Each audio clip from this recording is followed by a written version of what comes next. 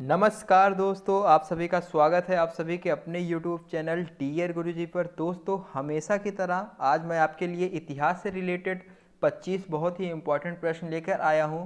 तो आप लोगों से रिक्वेस्ट है कि आप लोग इस वीडियो में जितने भी प्रश्न आपको बताए जाएं, आप लोग उसे पूरा देखने की कोशिश कीजिए, क्योंकि आपके लिए हर एक प्रश्न आपके लिए बहुत ही इम्पोर्टेंट होने वाला है। तो चलिए आज की क्लास को हम लोग शुरू करते हैं। क्लास को स्टार्ट करने से पहले हम आप लोगों से बताना चाहेंगे कि जिन लोगों ने अभी तक हमारे चैनल को सब्सक्राइब नहीं किया है वो लोग चैनल को सब्सक्राइब कर लें, जिससे कि उन्हें हमारे आने वाले सभी वीडियोज़ के नोटिफिकेशन आसानी से मिलते रहें। तो दोस्तों, आपका जो पहला प्रश्न है सभी लोग अच्छे से देखिए क्या कह रहा है। बहुत ही इम्पोर्टेंट प्रश्न है। इस्तिमरारी बंदोबस्त किसने लागू किया था? ठीक है, आपको बताना है इस्तिमरारी बंदोबस्त किसने लागू किया था। तो यहाँ पर जो आपका सही ऑप्शन है, ऑप्शन नंबर डी यहाँ पर बिल्कुल सही है। तो जिनको भी नहीं पता है वो लोग जान ले, ऑप्शन नंबर डी आपका क्या है? Lord Cornwallis. सभी लोग ध्यान से पढ़ लीजिए इसको। लॉर्ड कॉर्नवालिस, इन्होंने क्या है, इस्तिमरारी बंदोबस्त इसकी व्यवस्था लागू कराई थी। और मैं आपको बता दूं कि ये जो डेट था 22 मार्च सन 1793 ईस्वी। ठीक है, ऑप्शन नंबर आपका सी बिल्कुल करेक्ट हो जाएगा। चलिए बढ़ते हैं अपने अगले प्रश्न की तरफ। अगला प्रश्न आपसे पूछा जा रहा है कि सर टॉमस मुनरो किस भू राजस्व बंदोबस्त से संबंधित थे? सभी लोग बताइए कौन सा ऑप्शन सही है इसमें। तो यहाँ पर जितने भी लोग का ऑप्शन नंबर सी जवाब है वो लोग यहाँ पर बिल्कुल करेक्ट हैं। ठीक है, रैयतवाड़ी बंदोबस्त, तो ऑप्शन नंबर सी आपका बिल्कुल करेक्ट हो जाएगा। ठीक है, सभी लोग ध्यान से देख लें। रैयतवाड़ी बंदोबस्त ये आपका सर टॉमस मुनरो ने इसका इसका बंदोबस्त कराया था। तो जितने भी लोग का ऑप्शन नंबर सी है वो लोग यहाँ पर बिल्कुल करेक्ट हो जाएंगे। चलिए इसी के साथ हम लोग अपने अगले प्रश्न की तरफ बढ़ते हैं। सभी लोग ध्यान से देखिए, आपसे अगला प्रश्न क्या पूछा जा रहा है। महालवाड़ी व्यवस्था को किस क्षेत्र में लागू किया गया था? सभी लोग ध्यान दीजिए, अच्छा प्रश्न है। इसमें जो आपका सही आंसर है, ऑप्शन नंबर जो आपका इसमें ए है, ये यहाँ पर बिल्कुल करेक्ट हो जाएगा। महालवाड़ी व्यवस्था जो है पंजाब में ये सर्वप्रथम लागू किया गया था। जितने भी लोग को नहीं पता है वो लोग जान लें, ऑप्शन नंबर ए आपका बिल्कुल करेक्ट हो जाएगा। और साथ ही साथ मैं आपको बताना चाहूँगा कि ये जो है सन 1819 में लागू किया गया था। किसमें?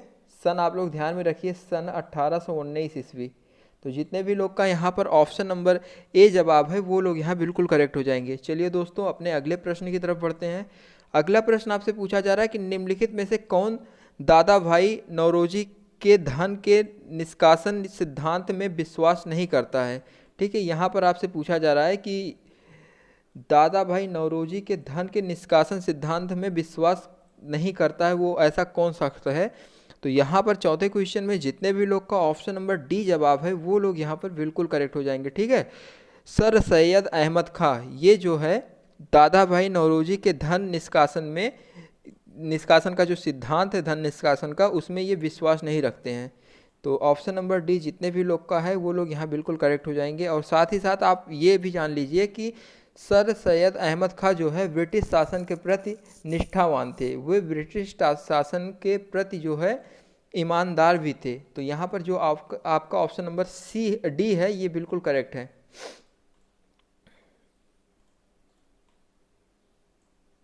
सभी लोग ध्यान से देख लीजिए इसको। चलिए बढ़ते अपने अगले प्रश्न की तरफ। अगला प्रश्न आपसे पूछा जा रहा है, देखिए आपका पांचवा क्वेश्चन पूछा जा रहा है, poverty and un British rule in India नामक पुस्तक किसने लिखी? ठीक है, यहाँ पर जो आपका ऑप्शन नंबर डी है, यहाँ पर दादा भाई नौरोजी, ये चीज़ बिल्कुल करेक्ट हो जाएगा। तो जितने भी लोग को नहीं पता है वो लोग जान ले, दादा भाई नौरोजी ये बिल्कुल करेक्ट आंसर है। इन्होंने भारत की गरीबी के लिए ब्रिटिश आर्थिक नीतियों को उत्तरदायी माना था। ठीक है, तो इन्होंने poverty and un British rule in India नामक पुस्तक लिखी थी। तो सभी लोग का ऑप्शन नंबर डी यहाँ पर बिल्कुल करेक्ट हो जाएगा। तो चलिए इसी के साथ हम लोग बढ़ते हैं अपने अगले प्रश्न की तरफ। अगला प्रश्न आपसे पूछा जा रहा है कि असम में सर्वप्रथम चाय कंपनी की स्थापना कब हुई थी। सभी लोग जवाब देने की कोशिश करें। तो यहाँ पर जो आपका ऑप्शन नंबर सी है सन 1839 ईस्वी में, ये यहाँ पर बिल्कुल करेक्ट हो जाएगा। ठीक है, ऑप्शन नंबर सी आपका बिल्कुल करेक्ट आंसर है। और मैं आपको बता दूं कि सन 1833 ईस्वी में जो है चार्टर अधिनियम के तहत इंग्लैंड में औद्योगिक क्रांति का परिणाम कुछ ऐसा हुआ था कि वहाँ पर चाय और चीनी इन चीज़ों का व्यापार बहुत अधिक मात्रा में समाप्त हो गया था। ठीक है, वहाँ पर बहुत अधिकता इसकी कमी आ गई थी। तो जितने भी लोग का ऑप्शन नंबर यहाँ पर 1839 ईस्वी आ रहा है वो लोग यहाँ पर बिल्कुल करेक्ट हो जाएंगे। और इसके अलावा जो मैंने पॉइंट बताया वो सब भी आप लोग अच्छे से ध्यान में रखिए, इंपॉर्टेंट है। चलिए बढ़ते हैं अपने अगले प्रश्न की तरफ। अगला प्रश्न आपसे पूछा जा रहा है सन 1857 के स्वतंत्रता संग्राम से संबंधित प्रथम घटना थी। 1857 के स्वतंत्रता संग्राम से संबंधित प्रथम घटना क्या थी? सभी लोग जवाब देने की कोशिश करें, बहुत ही इंपॉर्टेंट प्रश्न है। तो यहाँ पर जितने भी लोग का ऑप्शन नंबर सी है वो लोग यहाँ पर बिल्कुल करेक्ट हो जाएंगे। ठीक है, आपका ऑप्शन नंबर सी क्या है? सैनिकों का दिल्ली के लाल किले पर पहुंचना। ठीक है, और इसके अलावा भी आप लोग जान लीजिए कि ये घटना जो है 10 मई 1857 को मेरठ के भारतीय सैनिकों के विद्रोह से शुरुआत हुई थी इसका। और 11 मई सन 1857 ईस्वी को जो है बहादुर शाह द्वितीय ने बहादुर शाह द्वितीय को जो है भारत का सम्राट घोषित कर दिया गया था। ठीक है, और ये जो घटना है आपकी कब हुई थी? 1857 ईस्वी में दिल्ली के सैनिकों के माध्यम से कहाँ पर? स्वतंत्रता संग्राम के लिए ये घटना हुई थी। ये प्रथम घटना मानी जाती है 1857 ईस्वी की। तो यहाँ पर जितने भी लोग का ऑप्शन नंबर सी है सैनिकों का दिल्ली के लाल किले पर पहुँचना, तो ये 1857 ईस्वी से जुड़ा हुआ है। चलिए अगला प्रश्न आपसे पूछा जा रहा है कि मंगल पांडे कहाँ के विप्लव से जुड़े हैं। ठीक है, मंगल पांडे कहाँ के विप्लव से जुड़े हैं? तो यहाँ पर जो आपका ऑप्शन नंबर ए है ये बिल्कुल करेक्ट हो जाएगा। आपका ऑप्शन नंबर ए क्या है? बैरकपुर। ठीक है, ऑप्शन नंबर ए बैरकपुर। यहाँ पर जितने भी लोग जवाब दे रहे हैं वो लोग यहाँ पर बिल्कुल करेक्ट हो जाएंगे। 29 मार्च 1857 ईस्वी को 34वीं जो है इन्फेंट्री रेजिमेंट के बैरकपुर छावनी के मंगल पांडे नामक एक सिपाही ने जो है इसका प्रयोग करने से इनकार कर दिया था। ठीक है, किस चीज़ का प्रयोग करने से इनकार कर दिया था? इन्होंने कारतूस जो कि कट्टा गन ये सब होता है, इन चीज़ों का बहिष्कार कर दिया था इन्होंने। सन क्या है? 29 मार्च सन 1857 ईस्वी को। ठीक है, तो जितने भी लोग का यहाँ पर ऑप्शन नंबर ए आ रहा है जवाब कि मंगल पांडे कहाँ के विप्लव से जुड़े थे? ये बैरकपुर के विप्लव से जुड़े थे। ठीक है, बढ़िए अपने अगले प्रश्न की तरफ। अगला प्रश्न आपसे पूछा जा रहा है कि सन 1857 के विद्रोह के समय भारत का गवर्नर जनरल कौन था? तो 1857 में भारत का गवर्नर जनरल कौन सा? तो यहाँ पर जो ऑप्शन नंबर आपका सी है लॉर्ड कैनिंग, ये बिल्कुल करेक्ट आंसर हो जाएगा। तो यहाँ पर जितने भी लोग लॉर्ड कैनिंग जवाब दे रहे हैं वो लोग यहाँ पर बिल्कुल करेक्ट हो जाएंगे। चलिए हम लोग इसी के साथ अपने अगले प्रश्न की तरफ बढ़ते हैं। अगला प्रश्न आपसे क्या पूछा जा रहा है? आपका यहाँ सूची 1 और सूची 2 इसको मिलान करना है। सूचियों के नीचे दिए गए कूट का उपयोग करते हुए सही उत्तर भी चुनना है इसमें से। तो आपको मिलान करना है। झांसी का संबंध सूची 2 में जो है किससे संबंध रखता है? तो सभी को पता है कि रानी लक्ष्मीबाई जी से इनका संबंध है। ठीक है, तो ऑप्शन नंबर जो चौथा है आपका, क्वेश्चन नंबर जो चौथा है इसमें आपका जो झांसी है इसका संबंध किससे है? आपका रानी लक्ष्मीबाई जी से है। और लखनऊ इनका संबंध किससे है?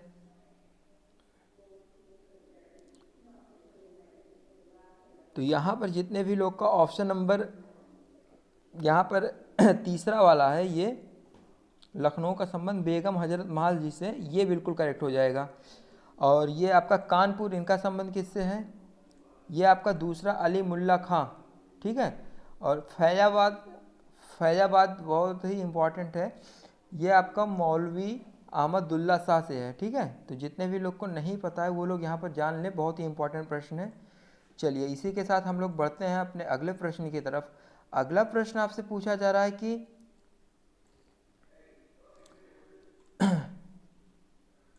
व्यपगत का सिद्धांत किससे संबंधित है।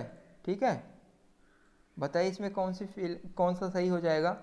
तो यहाँ पर पांचवें क्वेश्चन में जितने भी लोग का ऑप्शन नंबर सी जवाब आ रहा है, लॉर्ड डलहौजी, ये लोग यहाँ पर बिल्कुल करेक्ट हैं।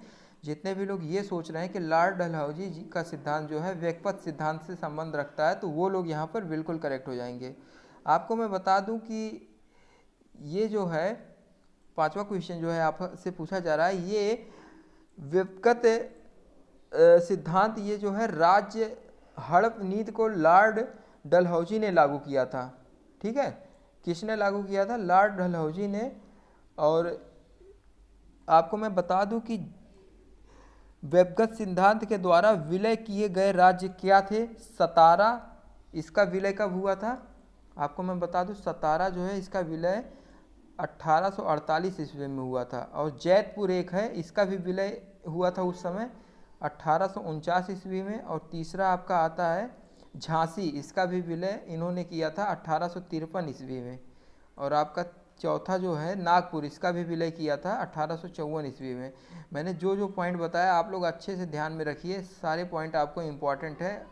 आप लोग वीडियो को एक बार थोड़ा सा पीछे करके भी देख सकते हैं कि मैंने क्या क्या बताया इसमें।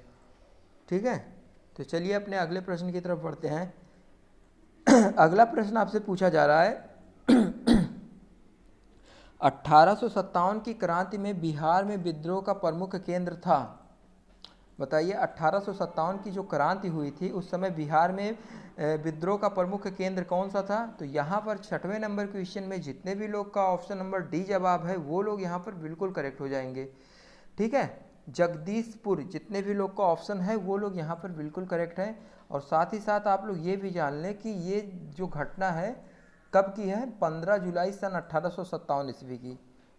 चलिए अगला प्रश्न आपसे पूछा जा रहा है कि 1857 के बरेली विद्रोह का नेता कौन था?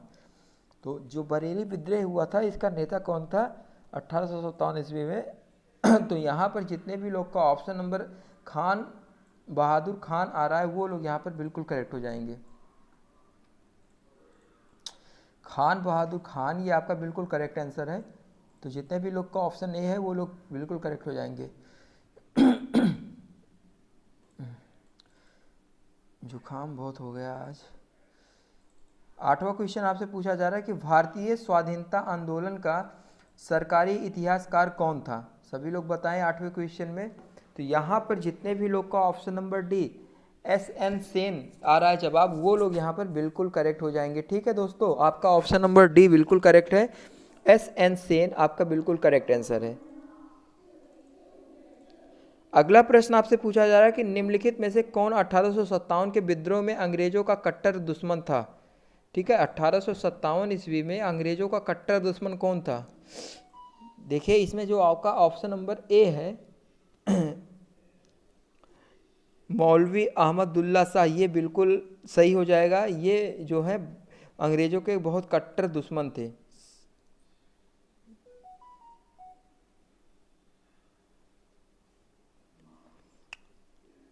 चलिए